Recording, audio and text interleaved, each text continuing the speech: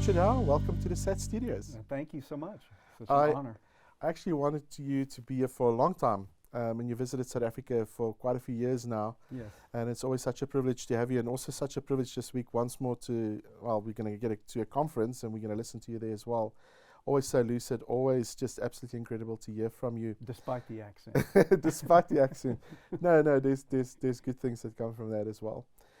Today I want to speak to you about divine simplicity, because it seems like it's almost, especially omniscience, and there's a lot of conversation surrounding, why we should uphold this classical doctrine of Western theology. Maybe just for the listening audience and students, you can just quickly define what it means when we speak about divine simplicity.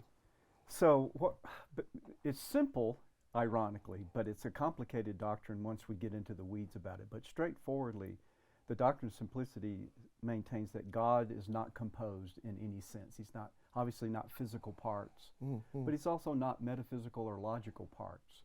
So the concept of being simple is as opposed to complex or composed of parts. Now, it might sound kind of odd, like, well, why would that even matter? And the sort of cash value, if you will, of the doctrine of simplicity is that anything that is composed of parts would have to have some explanation as to why those parts are put together. So if God is composed of parts, there would have to be some being that's responsible for putting those parts together to give us God. But if he's the first cause and supreme being itself, then it's impossible for there to be anything beyond him that can explain why he is the way he is. But if he was composed, there would need to be that explanation as to why he is. So therefore, the theologians throughout church history have sustained this fact that God is ultimately a simple, undifferentiated, supreme being. Obviously, a lot of criticism, around divine simplicity comes from, well, obviously open theists, but then also from Muslims saying, well, how can you believe in divine simplicity if you look at the incarnation and you look at Jesus and you can see he was not omniscient and he did not know all these things and so forth? How would we go about reconciling the incarnation and what we see in the person of Jesus Christ and divine simplicity? So I like this question because I think it reinforces, at least in the mind of a Christian when they reflect on it, how critical simplicity actually ends up being. Yeah. Because I think the challenge that the incarnation might pose is tethered very closely to the challenge of the Trinity itself. Exactly. And usually that's one of the first things I hear as an objection. Well, how can you maintain that God is a triune being at the same time that he's an undifferentiated, uncomposed, simple being? And what I think is ironic about the challenge, if I may address the Trinity first, sure, and then segue into the incarnation. What I think is ironic about the challenge is it seems to me simplicity is the very doctrine that preserves us and guards against two heresies. One, either tritheism with respect to the Trinity, so that the three members are three gods, or what some call partialism, where God is only the composition of the Father, Son, and Holy Spirit, meaning none of them individually are God. So the Father's not God, the Son's not God, and the Holy Spirit's not God. Yeah. And so, again, it's ironic that what some people at the surface might think is inconsistent, simple yet triune. Simple is the very thing that keeps the Trinity from collapsing into these heresies. And so I think one of the things that makes it challenging to try to wrap our minds around it, as a Thomist, that is an enthusiast about the philosophy of Thomas Aquinas, I think all of our knowledge begins with our experience of just the physical world around us. And that's not all there is to our knowledge, but that's where it starts. What we see, hear, taste, touch, or smell. In all of our experience of things around us, the only way things can be related is either two different things, like my relationship with you or this tree's relationship to that bush, or two parts of something. The branch relate to the trunk or the leaf to the branch. But if we deny that God is more than one being, and we deny that God has parts, right, then it follows that the relationship that God is just is his simple being. Father, Son, and Holy Spirit just are God. But since we only experience relationship in terms of parts of finite things, it's hard, I think, to conceptualize what it means to be a relationship, Father, Son, and Holy Spirit, and at the same time be undifferentiated, simple being. So I think then if a person is it kind of gets a handle on that, I think it makes the incarnation a little bit more easy to manage intellectually in the sense that what the traditional doctrine of the incarnation affirms is that God, in his nature, took on in the incarnation a human nature, so that the person of Jesus has two natures. This is what I think Muslims misunderstand. So, you could construct a syllogism that makes it sound heretical. Do you say, well, Jesus in Luke 24, when they saw his resurrection, he said, hey, touch and feel me. I'm not a spirit, as because I have flesh and bones. A spirit doesn't have flesh and bones. Yet Jesus also said in John 4 that God is spirit. So that would seem to follow, then God doesn't have flesh and bones. Yeah, but sure. if Jesus has flesh and bones, then it seems to follow logically he's not God. Yeah, for sure. And every one of these little conundrums, well, God knows everything, but Jesus didn't know certain things, like his second coming. Or God doesn't change, but Jesus grew. God doesn't sleep, but Jesus slept. In every one of those, I think what's going on is those attributes of finitude that we see are attributes of the human nature of Jesus, not of his divine nature. So perhaps it's somewhat mysterious. Well, how could a single person, Jesus, have two natures? But I think that's the solution. And all we've done as Christians over the 2,000 years is just try to render consistent all the data that the Bible gives, that this is the Son of God, this is God in the flesh. It's exactly how Paul says it in Philippians 2, that he took on the form of a man.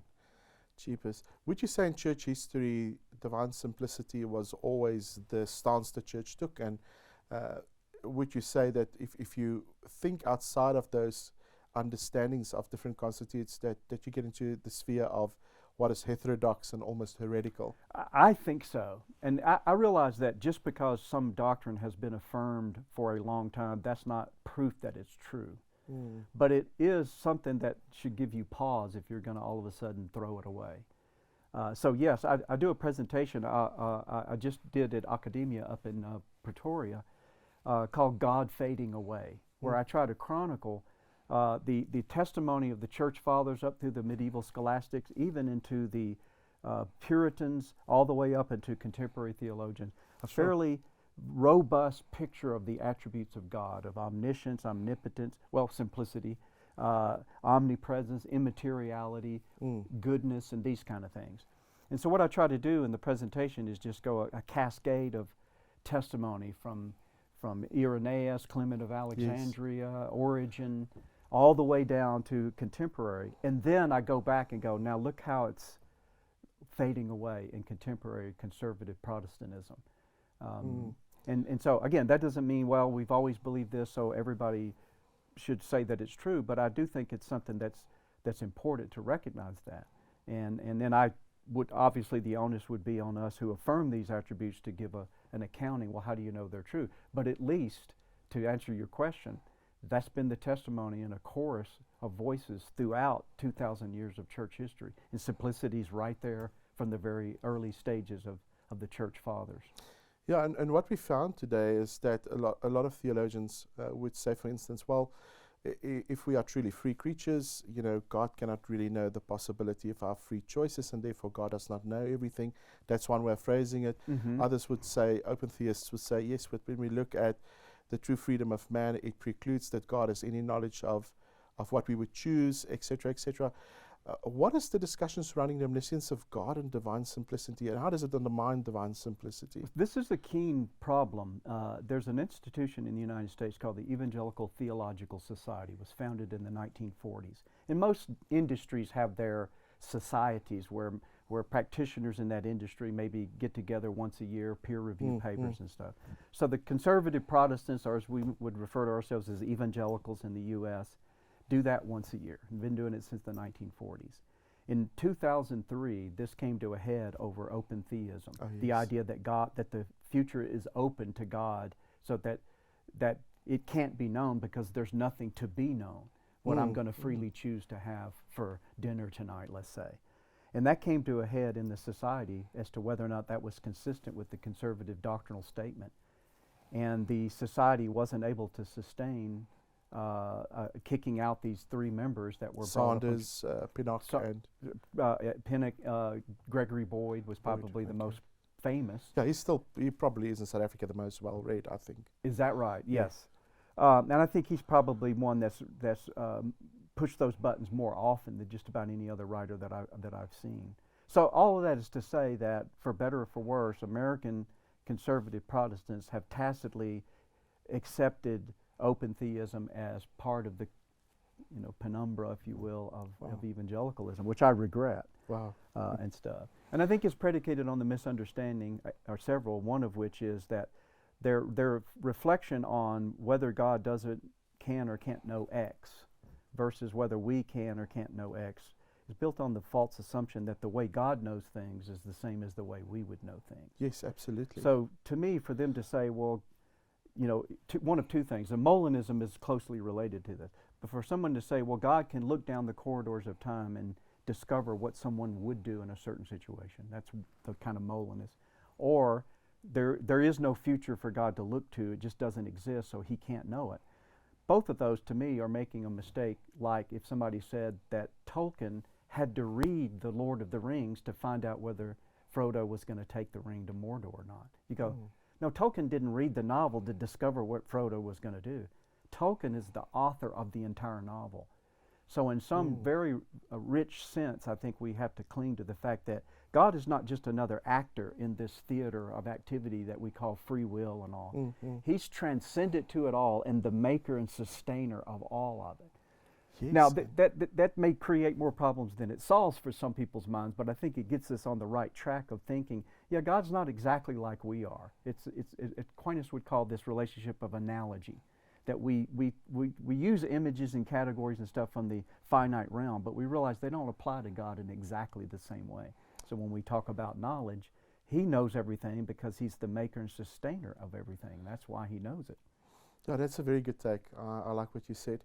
I recently read through Thomas J. Oort through he's an open theist. He's more open than Gregory Boyd. Oh. And what he's done is in his book, he wrote a book called The Uncontrolling Love. He takes the property of God, we would say the property of love, and he says this is the ultimate property of God. And so everything that we believe, everything that we see, everything that stems from our understanding of our knowledge of God needs to stem from this property that we affirm. God is love, and everything is deduced from that. What he does then with that understanding is he says, therefore God risks. And therefore God allows for human beings to do certain things freely outside of his control because love risks. How will you answer somebody like that, with the understanding that, well, God is omnipotent? Yes, God obviously allows for certain freedoms in the human agent, but still God is not lost by it. God is Correct. God doesn't go oops. In other words, not caught off guard. Yeah, God is not caught off guard. How would you answer somebody like, for instance, Van Oort, that also elevates that one element of God's nature and say, this is the ultimate thing that we should uphold? Yeah, it's others have affirmed the idea that God is that love is the ultimate motivation of God, but didn't come to those same conclusions about risk. In fact, I think there's a sense in which Aquinas would probably be sympathetic to that. One of the things I think too that plagues the conversation, and it's very self-serving for me to say this because I'm a philosopher. So if I'm left out of control, I will try to tether everything to something philosophical at some point in the conversation, just so I'll have a place at the table to engage. But I think one of the problems is that in contrast to analogy, which is the relationship of similarity, that God is like a father, but he's not literally a father. He's like a consuming fire, but he's not literally that. In contrast to that are equivocity, which is totally opposite. Like we have a flying rodent in the U.S. called a bat. I don't know if you call it a bat here, right? Sure. But then in our baseball game, the stick that you swing at the ball is a bat. Well, those are just two completely different meanings to the same word. That's equivocity. The other, which is where the problem comes in this conversation, is univocity, where two things mean exactly the same thing.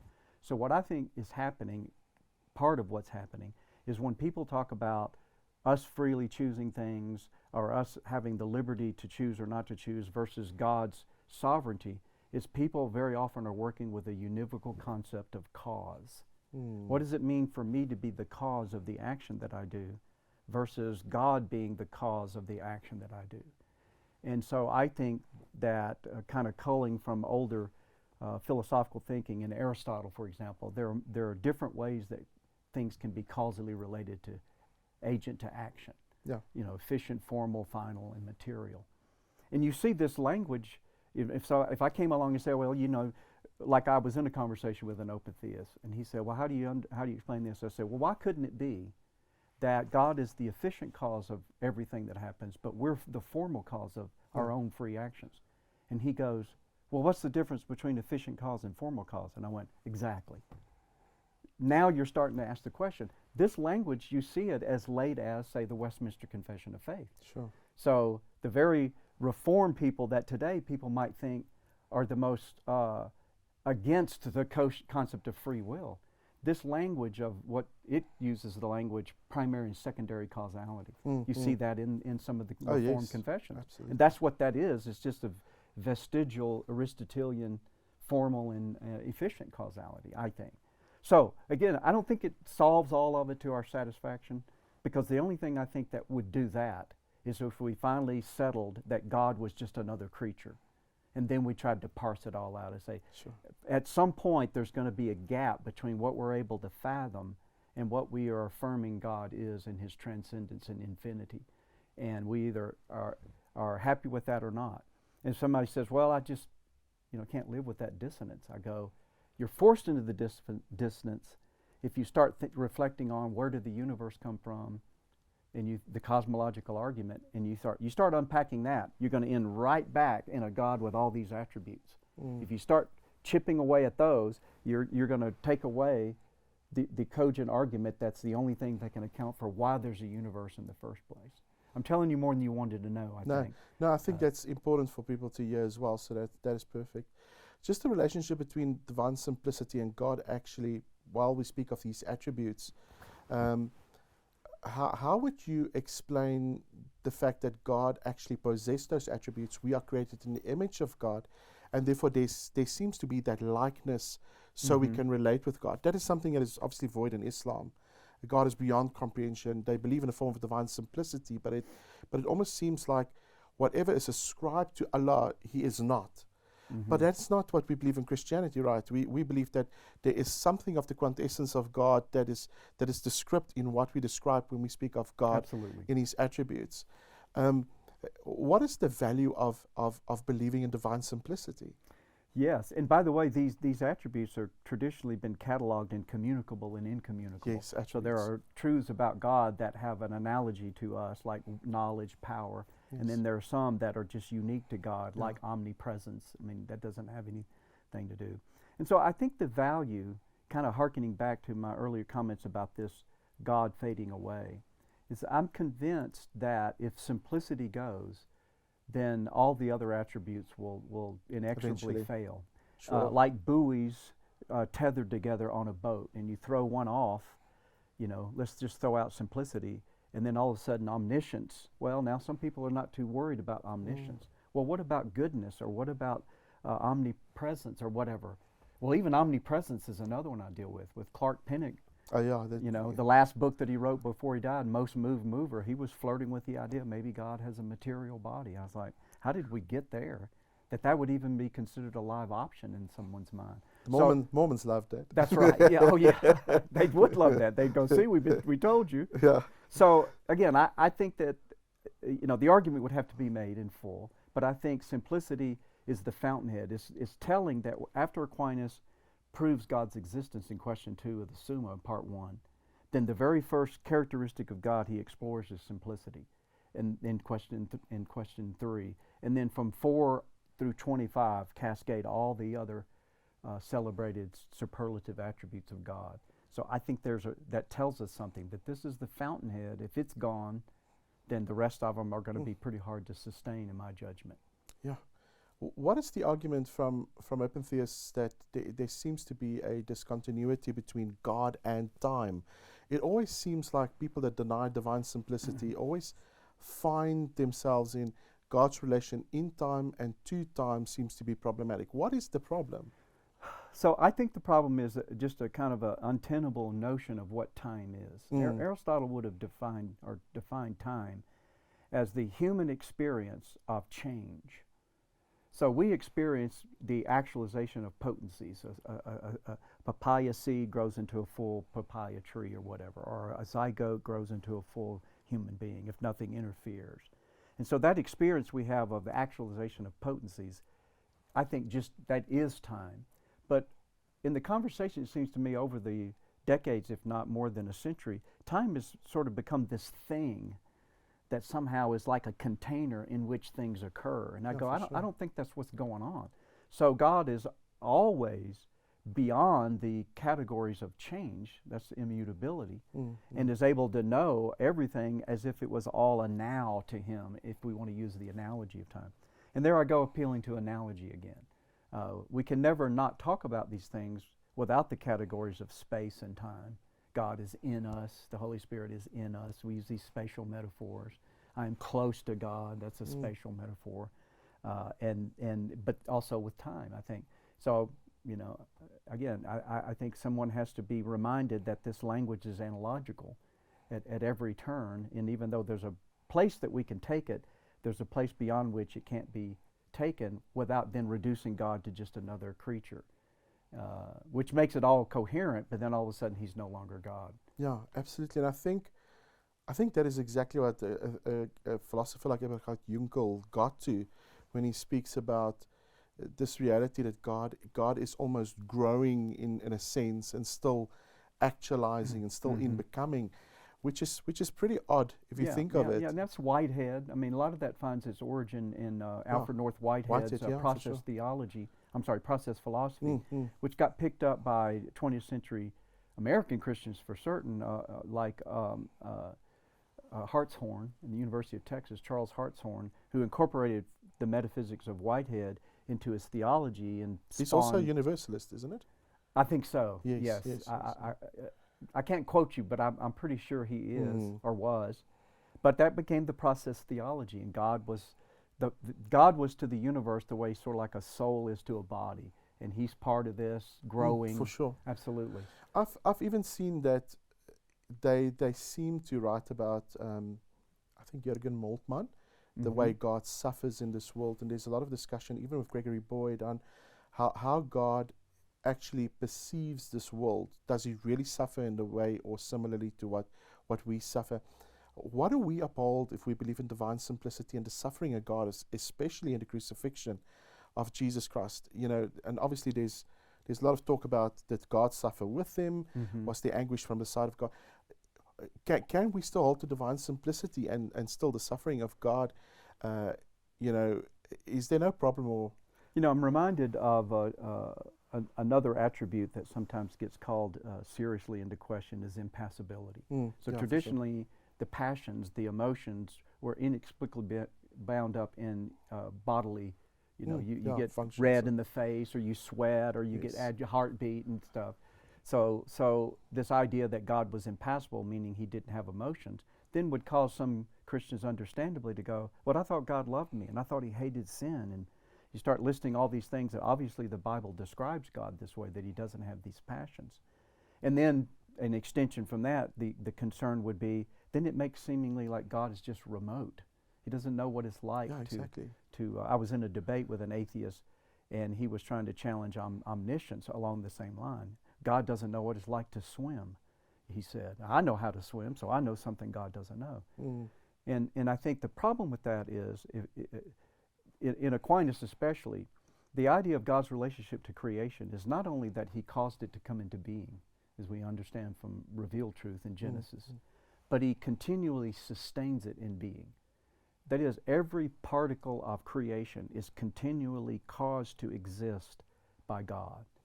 So you could not be more intimate, if you will, with creation than being the continual sustainer of its very being.